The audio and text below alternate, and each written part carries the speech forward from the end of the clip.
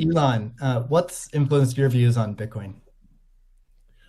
Well, I've thought about money for quite a while, obviously, since the PayPal days.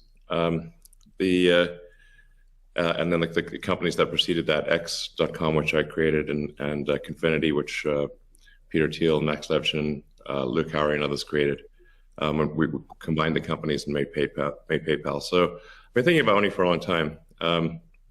And really, I think it's best to think of money as an information system, primarily an information system for labor allocation. Um, and For practical purposes, it exists in a series of heterogeneous databases, like very different databases in bank mainframes around the world. It moves quite slowly in reality. It may seem to move fast sometimes, and it does with PayPal, which is real time. But the vast majority of the systems out there are batch processing. So the actual reconciliation may take 1 to 5 business days, sometimes longer. And you have the ACH system, which is ancient and still in operation, which is allows transfers effectively like a check would be an ACH transfer, but it's not secure. And you've got the credit card systems, which are also not secure. It would be like handing your username and password to a stranger in a restaurant if you buy a meal. So there's definitely an opportunity for something that is better from an information theory standpoint. So and there you can think of it like data on a network. I think is the way to view it. What has the most throughput? What has the least error? What drops the fewest packets? Fraud, for example, being a source of error. And Government interference in currencies being a source of error. But it's fundamentally an information system. So I think it makes sense to support something that improves the quality of information with which we conduct the economy. Bitcoin is a candidate for that. It does, I think, some things well, and it's obviously it's evolving, and there are additional things like Lightning being done on top of Bitcoin. But Bitcoin per se is mostly solving for scarcity, or rather solving for essentially having no throat to choke, decentralized. So there's no one who can be coerced in any way to empty their Bitcoin account. Well, I guess they could technically, but on an individual basis, but the system as a whole cannot. And it has an open ledger, which is also quite good. But transaction volume is low. Transaction cost is high, and usability for the average person is not yet very good. But it has a lot of potential. And I should say that, like, I'm not, and I apologize for taking a long time, but there certainly is a lot to say. In general, I'm a supporter of Bitcoin and the idea of cryptocurrency in general. But as I've said publicly, we do need to watch out for crypto taking, especially Bitcoin, using proof of work to maybe use energy that's maybe a bit too much and not necessarily good for the environment. So, but on balance, I support Bitcoin, and I'm not an investor. The only publicly traded stock I own is Tesla, and the only significant thing I own outside of Tesla is my SpaceX stock that helped create both companies. So, but apart from that, I do own Bitcoin, and Tesla owns Bitcoin, SpaceX owns Bitcoin, and then I do personally own a bit of Ethereum and Dogecoin, of course. So. Okay, great. Thank you. And we'll get into some of those issues in more depth as well. Jack, how about you? What shaped your views of Bitcoin? The network and the community.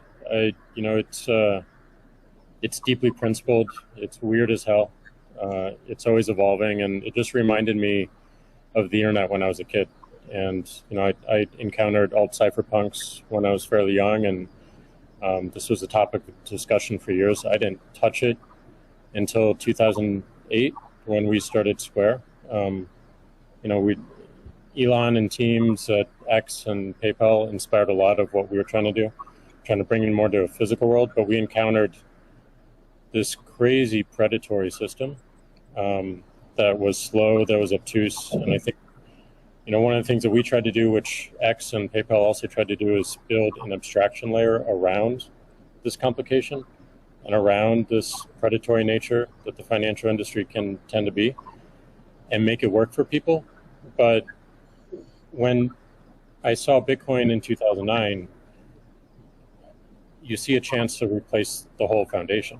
And everything that Elon was talking about in terms of ACH and the credit card networks were built with very different agendas in a very different time frame. And it's crazy that they still exist, and they have scaled, but they just are not relevant to today, and they're certainly not relevant to the future, especially when you consider the entire world and countries like Nigeria or Ghana or India, and its interconnection with countries like the United States and Canada and all over Europe. So what really drove my thinking and drives my passion around it is, like, if the internet gets a chance to get a native currency, what will that be? And to me, it's Bitcoin, because of those principles, because of that creation story, because of its resilience, because of the number of tests it's been. But what inspires me the most is just the community driving it. It just reminds me of the early internet. It's the only reason that I have a career, because I learned so much from people like who are building Bitcoin today, and I continue to learn in that sense, and I'm so grateful for it.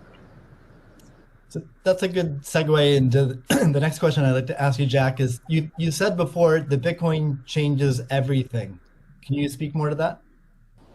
Well, I just think that a lot of what we experience in life, when you really get down to the foundation, a lot of our monetary policies, a lot of our monetary systems cause so much distraction and so much cost. And when you get to a system where you have the potential for people to truly own it, they can verify it themselves. You don't have to have trust going in. You don't have to trust it at all. You can verify it through source code or whatever your appetite is, and that any particular person can help drive the future of it. And at the same time, it's not controlled by any state. It's not controlled by any bank. It's not controlled by any corporation. And these three parties of people who participate in the network, people who mine, and also the developers, constantly debating the correct roadmap and the way forward, is a beautiful thing. And I don't know of many other consensus-based models that have existed at that scale for this long with this amount of success. And we're still fairly early. So when, I met a woman in Ethiopia 2 years ago, and she was trying to create the lift for Ethiopia. Elon, I think I reached out to you at that time as well, because she really wanted some Teslas. She still has to take paper fiat cash from her passengers and pay all of her drivers in the same way, because there's no monetary system that she can utilize. There's nothing digital. And Africa as a continent is hugely interconnected from a monetary standpoint, but also hugely taxed in that same way. So a lot of the potential that I see, the internet having a native currency, helps her build her business in a much faster way. And also, if you consider something like Bitcoin existing before YouTube, before Twitter, before Facebook, a lot of the business models that we have today would not be the same. We would certainly not have the dependency we have upon the advertising business model if Bitcoin existed pre-Twitter. And I think the amount of business models that it enables, the amount of innovation it enables going forward, especially when you can consider the whole internet instead of going country by country by country by country, which you have to whenever you're dealing with finance, it really just opens the aperture. And that is what I want to see in my lifetime, is a currency that is standard and sound for the internet that everyone can use. Great. a hallmark of Bitcoin is its fixed supply of 21 million coins. Um, Elon referenced that earlier. It may be the first system that humans have created that humans cannot later change. Kathy, I'm curious, with your background in monetary history and